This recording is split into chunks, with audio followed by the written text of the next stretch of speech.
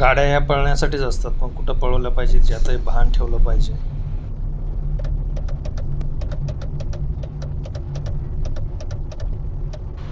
हा माणूस एवढी गाडी पळवताना आता एकदम समोर जेव्हा परडिप्पर दिलं तेव्हा तो स्पीड कमी केला.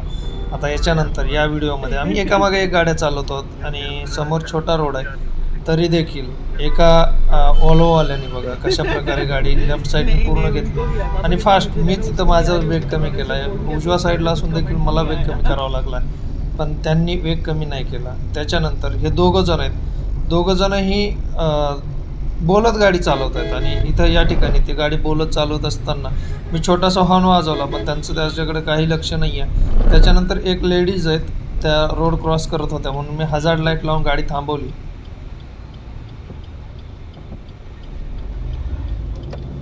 एक तर त्यांच्याकडे लक्ष होतं, मला त्यांना ओव्हरटेक पण करायचं होतं आणि त्याच्यामुळे माझं लक्ष पुढं नसतं गेलं. आता या ठिकाणी नवीन ड्रायव्हर असता तर गाडी काढून घेण्याचा प्रयत्न केला असता, त्या लेडीजला थांबण्यासाठी हॉर्न वाजवला असता आणि पुढं गेला असता निघून, पण मी तसं न करता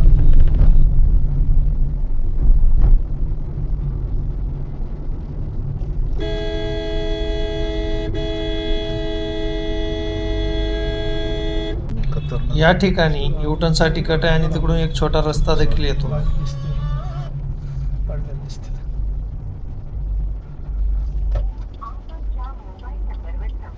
इथून फरकोटा घेऊन गेला तो तिथपर्यंत, इथून नेलं तर चला गेला सांगतो नाही काय बसलाय बाईला लागला असं. बाई गाडी ह्याच्या खाली दिसते,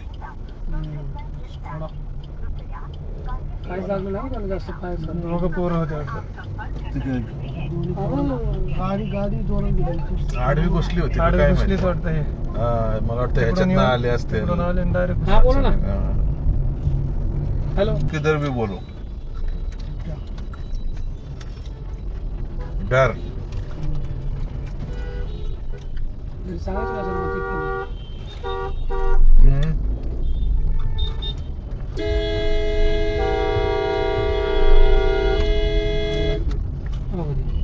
किती महाचे जरा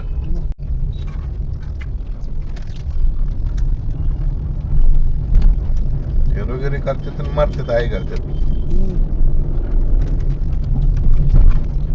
पण दुसऱ्याच्या माग किती कुठाने लागतात ना. हा चूक नसली तरी किती मागाची मारी आहे. ते पण करायला पाहिजे, लोक उडवून जाते माहिती का. जर सिग्नल चालू आहे जर मध्ये आल्याला दिसला जर उडाला, कोर्ट ना कचेरी डायरेक्ट. ते नियम लागू करायला पाहिजे, तेव्हा लोक सुधारतील. आपण काय सुधारत आपले लोक डेंजर आहे. अडकायचं सुधारत अडकत नाही ना आपल्या